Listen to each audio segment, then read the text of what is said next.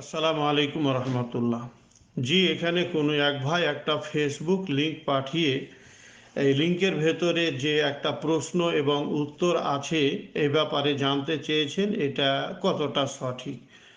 প্রশ্ন যেটা শুনলাম যে কোনো লোকের কাছে ইফতারি করার মতো কিছু না থাকলে শুধু যদি সিগারেট থাকে তাহলে ওই সিগারেট পান করে রোজা খুলতে পারে কিনা। তো এখানে বক্তা সাহেব উত্তর দিয়েছেন যে কোনো লোক বাহির থেকে আসলো, আসার পরে তার সহবাসের ইচ্ছা জাগলো, দেখলো বাড়িতে স্ত্রী নাই, তাহলে কি মায়ের সাথে করতে পারে? নাউজুবিল্লাহ মিন জালিক।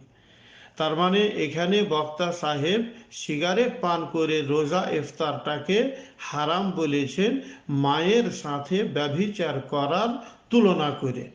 মানে মায়ের সাথে ব্যভিচার করা যেমন হারাম, ওই রকম সিগারেট পান করে রোজা খোলাটা হারাম।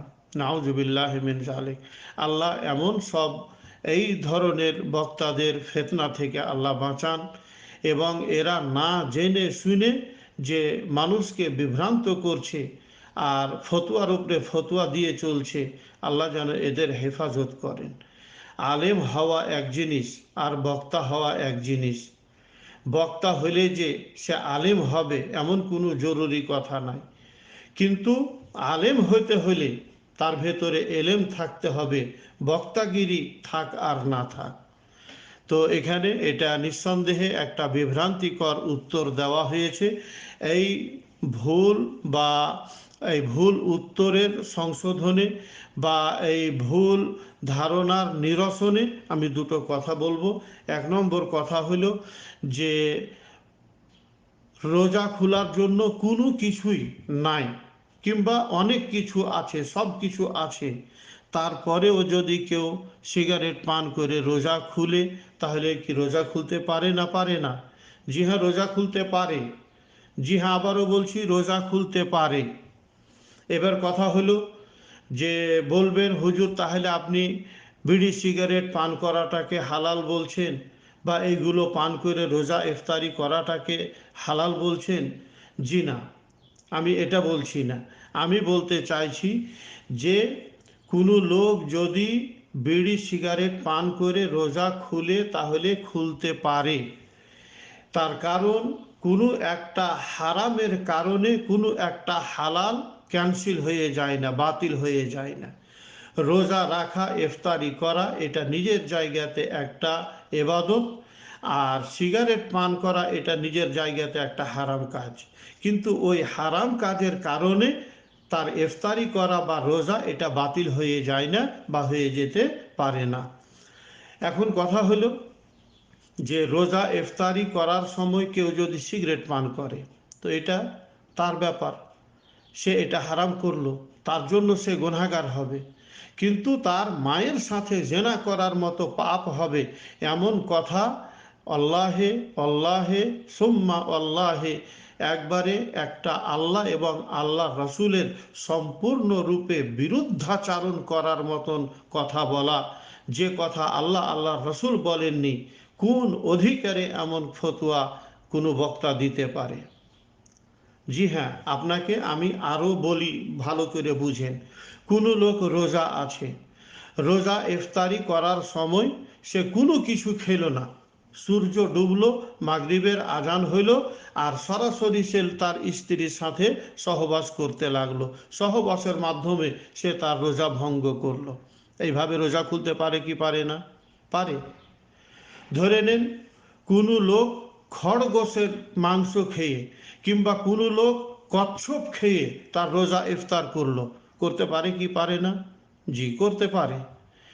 এখন কথা হলো যে সুন্নতি পদ্ধতি হলো খেজুর খেয়ে বা না পেলে পানি পান করে এইভাবে রোজা ইফতারি করা। কিন্তু কেউ যদি এমনটা না করে, কচ্ছপ খেয়ে যদি সে রোজা ইফতারি করে, স্ত্রী সহবাসের মাধ্যমে যদি রোজা ইফতারি করে, তো করতে পারে। কিন্তু এখানে ইফতারি করাটা বলতে কি আপনি বুঝেন?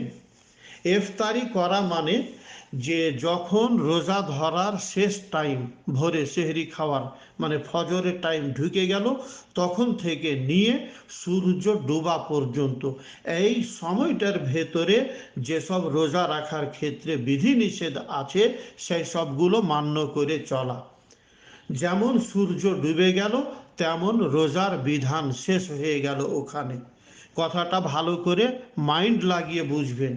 সূর্য যেমন ডুবে গেল তেমন রোজার বিধান ওখানে শেষ হয়ে গেল। সূর্য ডুবার পরে এখন তার রোজা শেষ, আর সে রোজা অবস্থায় নেই। ভালো করে বুঝবেন, সূর্য ডুবে গেল, সূর্য ডুবার পরে তার রোজা শেষ, এখন আর ওই অবস্থায় তার রোজা নেই। এখন সে স্ত্রী সহবাস করে তার রোজা ভঙ্গ করুক, কিংবা কচ্ছপ খেয়ে, কিংবা বিড়ি পান করে, সিগারেট পান করে, যে কোনো মাধ্যমে করুক, তার রোজা ওখানে শেষ, তার রোজা ওখানে ভেঙে দেওয়া হলো, ভঙ্গ করে দেওয়া হলো। তাহলে মহাশয়, সিগারেট পান করে রোজা ভঙ্গ করা হলো, তো এটা মায়ের সাথে ব্যভিচার কি করে করা যেতে পারে বা করলেন? একটুও অন্তরটা কাঁপলো না কথা বলতে? না জেনেই কথা বলে দিলেন। সুবহানাল্লাহ! এত বড় মানুষ নির্ভীক আর সাহসী কি করে হইতে পারে যে কোরআন হাদিস না জেনে বুঝেই এমন এমন কথা বলে ফেলে, এমন এমন কথা বলার আস্ফালন করে? বড় অবাক কর কথা, বড় অবাক কর কথা। এখানে জেনে রাখবেন যে কোনো রকমভাবেই এটাকে মানে রোজা নষ্ট হয়ে যাওয়া বা মায়ের সাথে ব্যভিচার করা, এমন কথা বলা বা এমন কথার সাথে তুলনা করা একেবারে শরীয়ত বিরোধী। আর যে কথাগুলো বললাম, কথাগুলো একটু মনোযোগ সহকারে বোঝার চেষ্টা করবেন, আশা করি সমাধান খুঁজে পাবেন।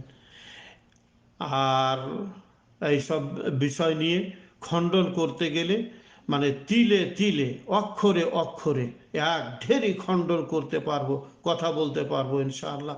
এবং যে কথা বক্তা বলেছে তার এক এক করে অপারেশন করে ওই কথার বাতিলতা এবং ভুল সাব্যস্ত প্রমাণ করতে পারবো। কিন্তু কি করব, কি বলবো? আশা করি যা বললাম এতটাই যথেষ্ট হবে। আল্লাহ হেদায়েত দেন আমাদেরকে। আসসালামু আলাইকুম ওয়া রাহমাতুল্লাহ। ومن أحسن قولا ممن دعا إلى الله وعمل صالحا وقال إنني